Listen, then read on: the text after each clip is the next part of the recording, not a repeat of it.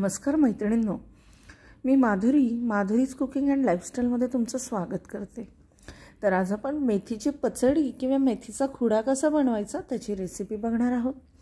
सर्वात आधी मी मेथी स्वच्छ धुवून कोरडी करून चॉपिंग बोर्डवर घेतलेली आहे। आता काय करायचं, ह्याला बारीक चिरून घ्यायचं आहे। ही शक्यतो कोरडी केल्याशिवाय चिरण्यासाठी घ्यायची नाहीये, कारण काय होतं, ही पचडी करताना मेथीची भाजी कोरडीच पाहिजे आणि स्वच्छ धुवून घ्यायची आहे। अतिशय हेल्दी रेसिपी आहे आणि झटपट होणारी आहे। आता ही चिरलेली मेथी एका ताटामध्ये किंवा एका बाउलमध्ये टाकून घ्यायची आहे। खायला देखील एकदम मस्त लागते।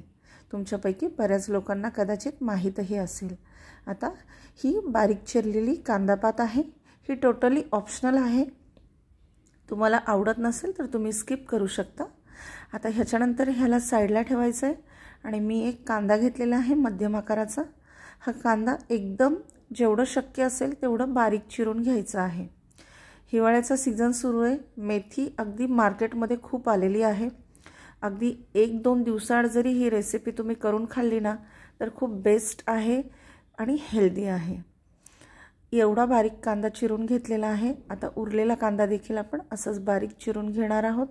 आपल्या सगळ्यांनाच माहिती आहे की मेथी किती हेल्दी असते ते, आणि आपण भाजी वगैरे पराठा वगैरे तर सगळेच करतो, पण ह्या रेसिपीमुळे कच्ची मेथी आपल्या खाण्यामध्ये येते आणि त्याचे खूप फायदे आपल्या शरीराला होतात।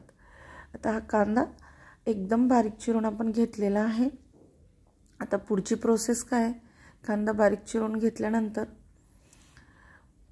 ते आपण बघणारच आहोत।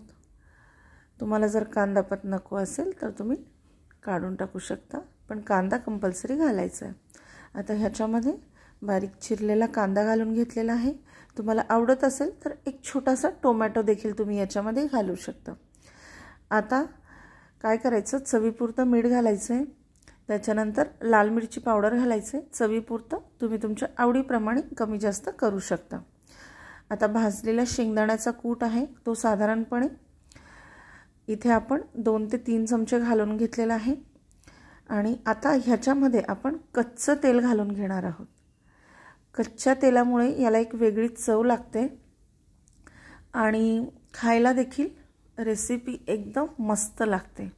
तुम्हाला जर कच्चं तेल आवडत नसेल तर तुम्ही जिरं मोहरीची फोडणी करून देखील घालू शकता, पण मी ह्याच्यामध्ये शक्यतोवर कच्च्या तेलाचाच वापर करते। आणि आता हे छान सगळं एकदम व्यवस्थित मिक्स करून घ्यायचं आहे। तर आपला हा मेथीचा खुडा किंवा मेथीची कोशिंबीर, तुम्ही मेथीची सॅलड देखील म्हणू शकता, हा बनवून तयार आहे। रेसिपी नक्की ट्राय करा। आवडत असेल तर चॅनलला लाईक, शेअर, सबस्क्राईब करायला विसरू नका।